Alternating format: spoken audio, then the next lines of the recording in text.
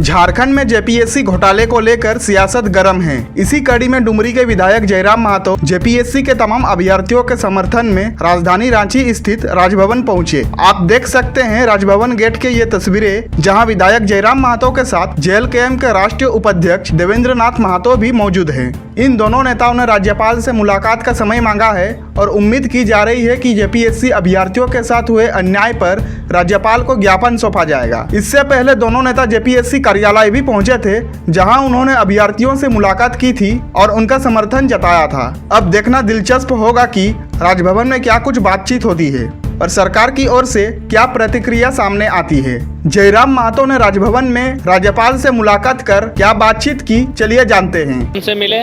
उनसे मिलने की मेरी कोई योजना भी नहीं थी। मेरी योजना थी आज दो काम यहाँ रांची में था। पहला काम था कि जो आंदोलनकारी छात्र हैं उनसे मिलना, और दूसरा विधानसभा की जो समिति बनाई गई जिसका मैं मेंबर हूँ, उस समिति की बैठक में भाग लेना। तो फिर हम बोले कि अगर छात्रों से मिलेंगे और हम एक विधायक होकर उनको कितना आश्वासन दे सकते हैं, इसीलिए किसी एक ऐसी बॉडी से बात करनी चाहिए जो बहुत ज़्यादा रिस्पॉन्सिबल हो। तो फिर हमें ख्याल है कि महामहिम उपयुक्त हैं। अगर सरकार तक बात नहीं पहुंच रही है, सरकार अगर इग्नोर कर रहे हैं, तो ऐसे में इस राज्य में और एक शख्स बैठा है जिसको हम लोग मार्गदर्शन के लिए, हस्तक्षेप करने के लिए इस विषय में बोल सकते हैं, वो महामहिम है जो राज्य के प्रथम नागरिक हैं। तो फिर हमने उनको टेलीफोन किया, सीधा उनसे ही मेरी बात हुई कि महामहिम ऐसी ऐसी बात है, अभ्यर्थीगण 10-15 दिनों से भूख हड़ताल पे बैठे हैं, उनका सेहत भी लगातार बिगड़ रहा है, तो कृपया आप उनको 5 मिनट का समय दे दें। तो फिर बोले ठीक है, आप 5 प्रतिनिधि मंडल लेकर उनके साथ आएँ। तो फिर हम धरना स्थल पर बैठे हैं। जो भाई भूख हड़ताल पर बैठे थे उनको डाब का जूस पिलाकर धरने को विराम दिया और फिर उनसे कहा कि चलिए महामहिम से मिलेंगे, उनसे बातचीत करेंगे। और महामहिम से बातचीत हुई, सकारात्मक बातचीत हुई। उन्होंने पूरा हमें विश्वास दिलाया है कि इस पर वो मार्गदर्शन करेंगे विभाग का, और जो रिजल्ट पेंडिंग है विगत कई महीनों से, उसका शीघ्र प्रकाशन होगा। उन्हें कम से कम देखिए, सरकार अपने आप को बचाव में डिफेंड करने में लगी है। कम से कम विपक्ष को आना चाहिए। विपक्ष को आकर जो भाई लोग धरने पर बैठे हैं, भूख हड़ताल कर रहे हैं, जो अपने स्वास्थ्य को बिगाड़ रहे हैं, उनसे मिलना चाहिए, उनसे बातचीत करनी चाहिए। विपक्ष भी लोकतंत्र में एक बहुत बड़ी ताकत की भूमिका का निर्वहन करती है। तो माननीय प्रतिपक्ष नेता को यहाँ तक आने की आवश्यकता थी।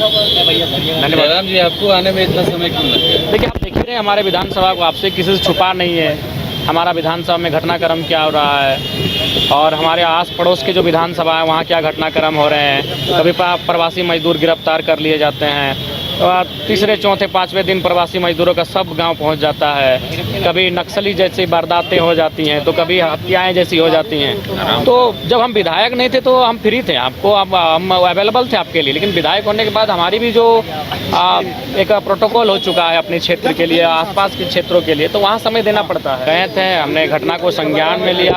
हम जो लोग आंदोलन कर रहे थे उनसे भी मिले।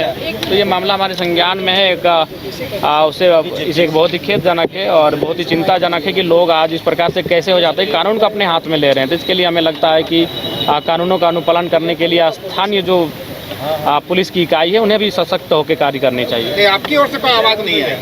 जी हाँ, हम गए हुए थे, हमने अब आवाज़ किसी ने उठाई। हम तो लगभग 3 घंटा वहाँ थे।